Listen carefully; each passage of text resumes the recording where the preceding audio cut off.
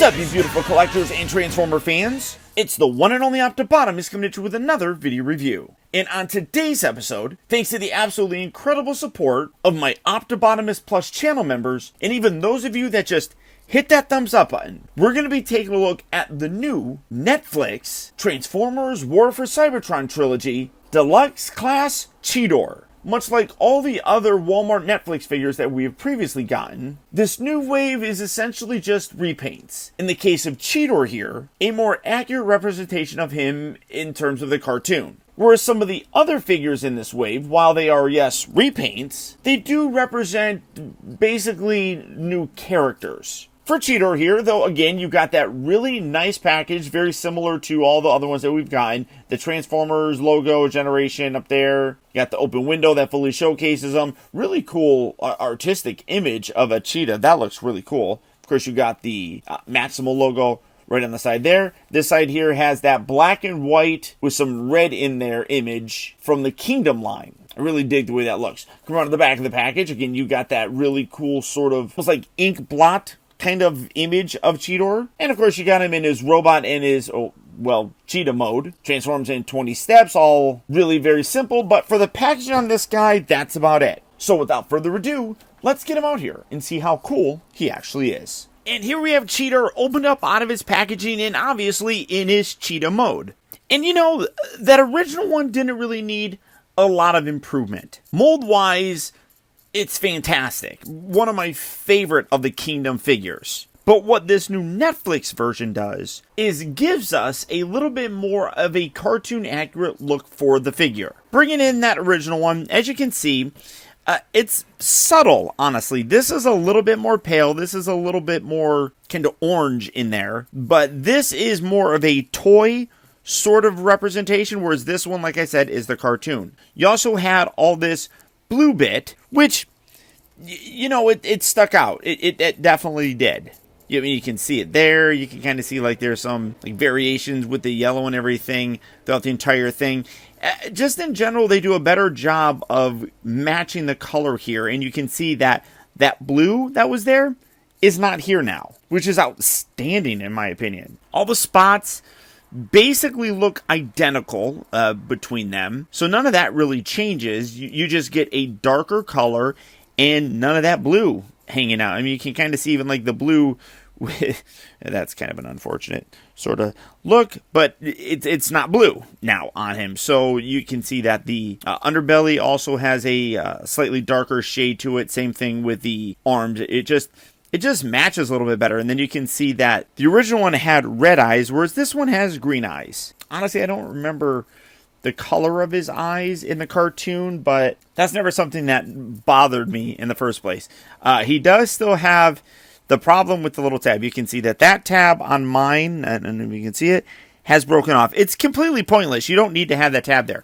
This still has the tab. I'm still going to try to be careful with it, but I'm pretty sure at some point in time it's going to break. I don't even know when that one broke off. But just in general, you can see, again, one is not better than the other, honestly. It's just a matter of which do you want it to look like? Do you want it to look like the toy or the cartoon? For me, I prefer the cartoon look. Accessory-wise, as you can see, it is the exact same.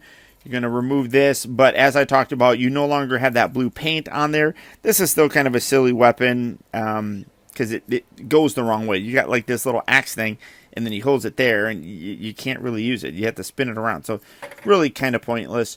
Transformation is the exact same. Usually I would cut it, but I'm going to go ahead and just walk you through. So you do still transform it, but you can see that because you get rid of that blue coloring for the back of his legs, that looks a lot better. And then the blue that they do have here is darker. Again, much more accurate to how it should be. So we're going to open these. I always mess this up. And just kind of pull that off to the side. Get that out of the way. Pull these arms up. And then again, just be very careful with the head. You do still have the articulated mouth. Open that. Swivel that down and jam that in there. Try not to break anything.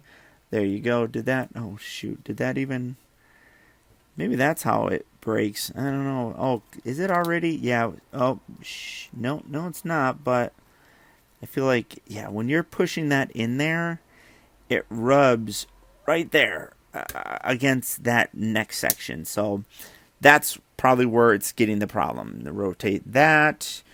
Bring this around. Spinny, spinny, spinny, spinny time. Bring these little bits in. Fill out his abdominals. And then rotate his hands.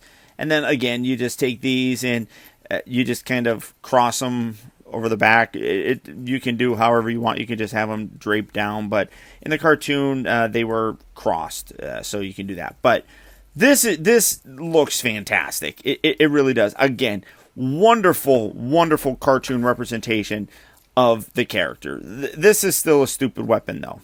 I mean, he's going to hold it and it's going to go like that, because literally going like that doesn't make any damn sense, honestly. So it is kind of weird. But the coloring, as you can see, just continues on looking so much better. The lack of that powder blue really does. I mean, obviously, you still got that metallic-y kind of blue up here in the shoulders, which looks really good. I think that looks fantastic. Again, cartoon accurate.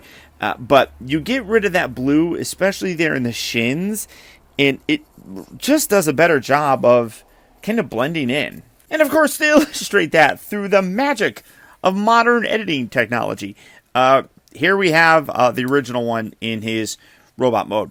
So you can see, like, the yellow, or obviously the yellow is dramatically different, but the shin coloring and all the extra blue, and like you could see, like this extra blue right there. I mean, just all of that just stands out, in my opinion. Let's get these out of the way, because that's kind of taking the whole image away.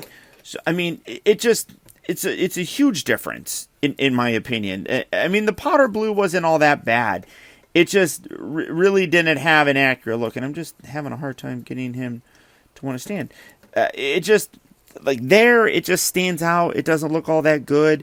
And then just throughout the entire body itself, the slightly metallic blue there just looks so much nicer. Head sculpt-wise, obviously, they're the exact same. Eye color here is different. The eye colors on the bot modes are the basic same, but you can see that just that metallic blue paint that the new one has just looks so much nicer all the way around. I mean, the deeper, richer, orangish yellow as opposed to the much brighter yellow here. It just stands out far and away a better representation of the character. I talk about this a lot of times. What figure do I want to have in my display? And while this has been there since it came out, this is absolutely going to replace this guy. Just a far better look for him. Otherwise, the figure is the exact same. The articulation is the same. You got the ball joint. You have the swivel, the hinge. You got the little bit of a butterfly joint that is separated from the little wing pieces there. He does rotate at the waist. This section here does go up. I don't really know why it needs to, because there's enough space there to lift his legs. I mean, I guess it does lift it a little bit, but don't really need it. In and out. Rotates right above the knee. You do have a bend at the knee as well. Ankle articulation forward and back. And you got the hinge in and out. So, a far better representation of the character. Just looks, leaps and bounds better, in my opinion. So, if you do have that other one, I would, without a doubt, recommend double dipping and buying this guy.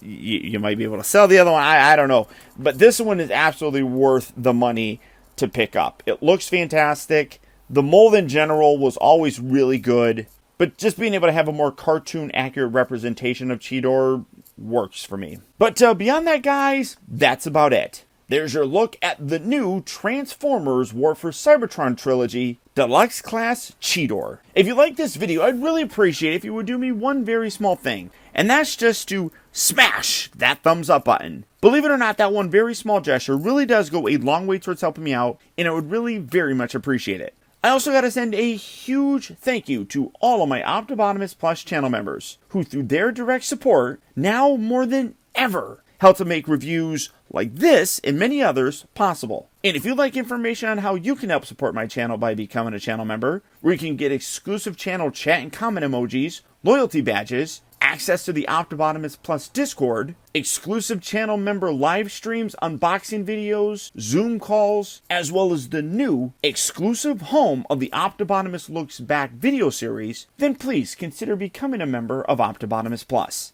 And for that, all you have to do is click on that little join button right down there. And as always, remember that the real trouble with the world is that too many people grow up. Thank you for watching and taking the time to be a kid.